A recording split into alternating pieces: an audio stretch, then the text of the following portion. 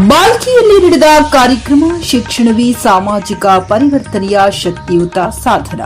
ಗ್ರಾಮೀಣ ಭಾಗದ ವಿದ್ಯಾರ್ಥಿಗಳಿಗೆ ಗುಣಮಟ್ಟದ ಶಿಕ್ಷಣ ನೀಡುವ ಮೂಲಕ ದಿವಂಗತ ಬಾಬಾರಾವ್ ಪಾಟೀಲ ಶಿಂದೆ ಅವರು ಹಾಕಿಕೊಟ್ಟ ಭದ್ರ ಬುನಾದಿಯಿಂದ ಸಾವಿರಾರು ಯುವಕರ ಬಾಳನ್ನು ಬೆಳಗಿಸಿದೆ ಎಂದು ಅರಣ್ಯ ಹಾಗೂ ಜಿಲ್ಲಾ ಉಸ್ತುವಾರಿ ಸಚಿವರಾದ ಈಶ್ವರ್ ಬಿ ಖಂಡ್ರೆ ಅವರು ಶ್ಲಾಘಿಸಿದರು. ನಗರದ ಶ್ರೀ ಛತ್ರಪತಿ ಶಿವಾಜಿ ಮಹಾವಿದ್ಯಾಲಯದಲ್ಲಿ ಹಮ್ಮಿಕೊಂಡಿದ್ದ ಕಿಸಾನ್ ಶಿಕ್ಷಣ ಪ್ರಸಾರಕ ಮಂಡಳದ ಸುವರ್ಣ ಮಹೋತ್ಸವ ಹಾಗೂ ಸಂಸ್ಥೆಯ ಸಂಸ್ಥಾಪಕ ದಿವಂಗತ ಬಾಬಾರಾವ್ ಪಾಟೀಲ್ ಶಿಂದೆ ಅವರು ಮೂರ್ತಿ ಅನಾವರಣ ಕಾರ್ಯಕ್ರಮದಲ್ಲಿ ಭಾಗವಹಿಸಿ ಅವರು ಮಾತನಾಡುತ್ತಿದ್ದರು. ಶೈಕ್ಷಣಿಕ ಕ್ರಾಂತಿ. ಕಳೆದ 5 ದಶಕಗಳಿಂದ ಹಿಂದುಳಿದ ಪ್ರದೇಶದ ವಿದ್ಯಾರ್ಥಿಗಳಿಗೆ ಜ್ಞಾನದಾಸೋಹ ನೀಡುತ್ತಿರುವ ಕಿಸಾನ್ ಶಿಕ್ಷಣ ಪ್ರಸಾರಕ ಮಂಡಳದ ಸೇವೆ ಅಮೋಘವಾದದ್ದು. ಸುವರ್ಣ ಸಂಭ್ರಮ. ಈ ಸುವರ್ಣ ಮಹೋತ್ಸವವು ಸಂಸ್ಥೆಯ ನಿರಂತರ ಶೈಕ್ಷಣಿಕ ಸಾಧನೆಯ ಯಶಸ್ಸಿನ ಪ್ರತೀಕವಾಗಿದೆ. ಹರಕೆ. ಮುಂದಿನ ದಿನಗಳಲ್ಲಿ ಈ ಸಂಸ್ಥೆಯು ಸಮಾಜಕ್ಕೆ ಮತ್ತಷ್ಟು ಜವಾಬ್ದಾರಿಯುತ ನಾಗರಿಕರನ್ನು ಕೊಡುಗೆಯಾಗಿ ನೀಡಲಿ ಎಂದು ಸಚಿವರು ಶುಭ ಹಾರೈಸಿದರು. ಕಾರ್ಯಕ್ರಮದಲ್ಲಿ ಉಪಸ್ಥಿತರಿದ್ದ ಗಣ್ಯರು. ಈ ಅದ್ದೂರಿ ಸಮಾರಂಭದಲ್ಲಿ ಅನೇಕ ಧಾರ್ಮಿಕ ಹಾಗೂ ರಾಜಕೀಯ ಮುಖಂಡರು ಭಾಗವಹಿಸಿದ್ದರು. ಪೂಜ್ಯ ಶ್ರೀ ಜಗದ್ಗುರು ಮಂಜುನಾಥ್ ಭಾರತಿ ಸ್ವಾಮೀಜಿ, ಬೆಂಗಳೂರು ಮಠ ಶ್ರೀ ರಹೀಂ ಖಾನ್ ಮೌನ್ಯ, ಪೌರಾಡಳಿತ ಸಚಿವರು ಶ್ರೀ ಸಂಭಾಜಿರಾವ್ ಪಾಟೀಲ್ ನಿಲಂಗೇಕರ್, ಶಾಸಕರು ನಿಲಂಗ ಶ್ರೀ ಮಾರುತಿರಾವ್ ಮೂಳಿ, ವಿಧಾನ ಪರಿಷತ್ ಸದಸ್ಯರು ಶ್ರೀ ರವೀಂದ್ರ ಗಾಯಕವಾಡ, ಮಾಜಿ ಲೋಕಸಭಾ ಸದಸ್ಯರು ಶ್ರೀ ವಿಜಯ್ ಸಿಂಗ್, ಮಾಜಿ ವಿಧಾನ ಪರಿಷತ್ ಸದಸ್ಯರು ಶ್ರೀ ಡಿಕೆ ಸಿದ್ದರಾಮ, ಮಾಜಿ ಅಧ್ಯಕ್ಷರು ಎನ್ಎಸ್ಎಸ್ಕೆ ಜನವಾಡ, ಶ್ರೀ ಅನಿಲ್ ಬಾಬಾರಾವ್ ಪಾಟೀಲ್ ಶಿಂದೆ, ಅಧ್ಯಕ್ಷರು ಕೆಎಸ್ಪಿ ಮಂಡಳ ಬಾಲ್ಕಿ, ಡಾಕ್ಟರ್ ಪ್ರಕಾಶ್ ಕಾಶಿನಾಥನ್ ರಾವ್ ಪಾಟೀಲ್, ಕಾರ್ಯದರ್ಶಿಗಳು ಕೆಎಸ್ಪಿ ಮಂಡಳ ಬಾಲ್ಕಿ. ಸಂಸ್ಥೆಯ ಸಂಸ್ಥಾಪಕ ದಿವಂಗತ ಬಾಬಾರಾವ್ ಪಾಟೀಲ್ ಶಿಂದೆ ಹೊನ್ನಳ್ಳಿಕರ ಅವರ ಮೂರ್ತಿ ಅನಾವರಣದ ಮೂಲಕ ಅವರ ಶೈಕ್ಷಣಿಕ ಸೇವೆಗೆ ಗೌರವ ಸಲ್ಲಿಸಲಾಯಿತು. ಕಾರ್ಯಕ್ರಮದಲ್ಲಿ ಸಮಾಜದ ವಿವಿಧ ಕ್ಷೇತ್ರದ ಗಣ್ಯರು ಹಾಗೂ ಸಾರ್ವಜನಿಕರು ಪಾಲ್ಗೊಂಡಿದ್ದರು. ವರದಿ ಜೆಬಿ ನ್ಯೂಸ್ ಕನ್ನಡ, ಬಾಲ್ಕಿ.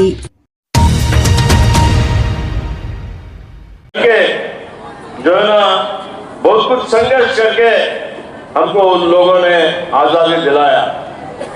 ऐसे जो स्वतंत्र सेनानी लोग हैं बहुत कम लोग हैं.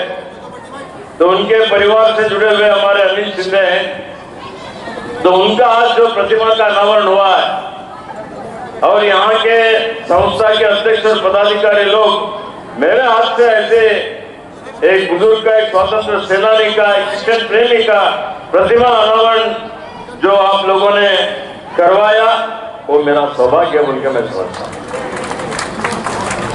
आज जो ये संस्था है 50 साल पूरे हुए हैं. 50-51 साल 73 में प्रारंभ हुआ. तो हम लोग पीछे जाना चाहिए.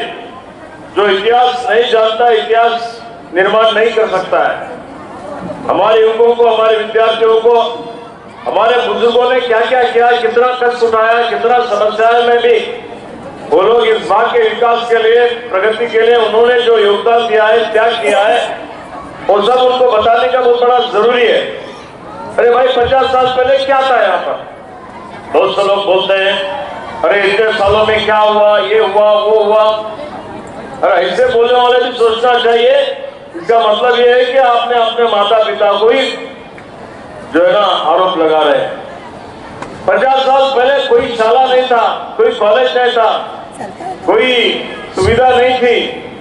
तो आज यहाँ पर हमारे ही बुजुर्ग लोग बोलते हैं हम अगर यहाँ पर प्रौढ़शालों को भी जाना पड़ता था तो बिदर को जाना पड़ता था, पदवी प्राप्त करना पड़ता था, हैदराबाद को जाना पड़ता था, उस्मानिया यूनिवर्सिटी को जाना पड़ता था, वहां पर जाके पढ़ाई करना पड़ता था. कितने शालाएं थे, जितना हमारी आबादी थी उसके हिसाब से कोई शाला, कॉलेज, कोई डैम, कोई सड़क, कोई मूलभूत सौकर्य था क्या? नहीं. जब ब्रिटिश की गुलामगिरी में वो लोग जब थे ऐसे समय में पूरा इस देश का संपत्ति उन्होंने लूट के लेके चले गए थे. अभी जो सरकार है अब आर्थिक दृष्टि से भी बहुत बड़ा सरकार में एक तरह का शक्ति है. तो हम दिन ब दिन नए नए शालाएं खोल रहे हैं, कॉलेज खोल रहे हैं, इंजीनियरिंग कॉलेज खोल रहे हैं, तकनीकी कॉलेज खोल रहे हैं, पदवी कॉलेज खोल रहे हैं, बड़े बड़े डैम बना रहे हैं, सड़क बना रहे हैं, सब कुछ बना रहे हैं.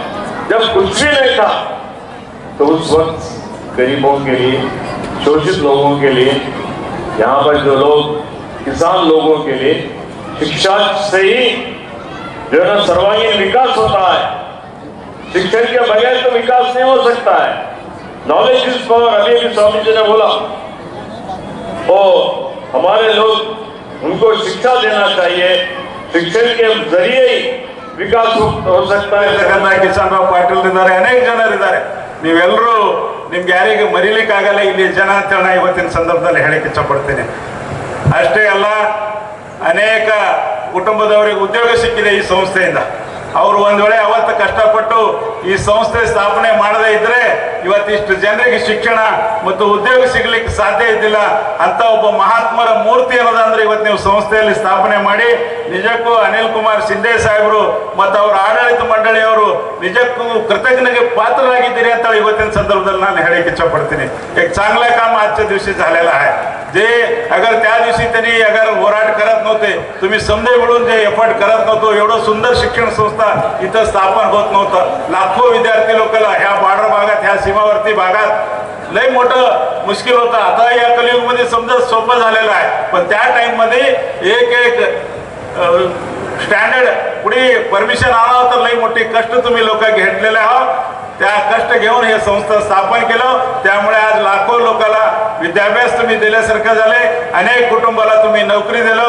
तसले एक महात्माची मूर्ती इथं जे बसवून जे उद्घाटन केलं, त्या उद्घाटन सोहळ्यामध्ये मला जे एक गरीब माणूस, एक डॉक्टर तुमचं मुलगा मी मला बोलून जे मला माझी गौरव वाढेलं, त्यासाठी पुन्हा एक बार तुमच्या संध्याची चरणी माझी नमस्कार, रामराम सांगून माझे शब्द समाप्त करतो. धन्यवाद.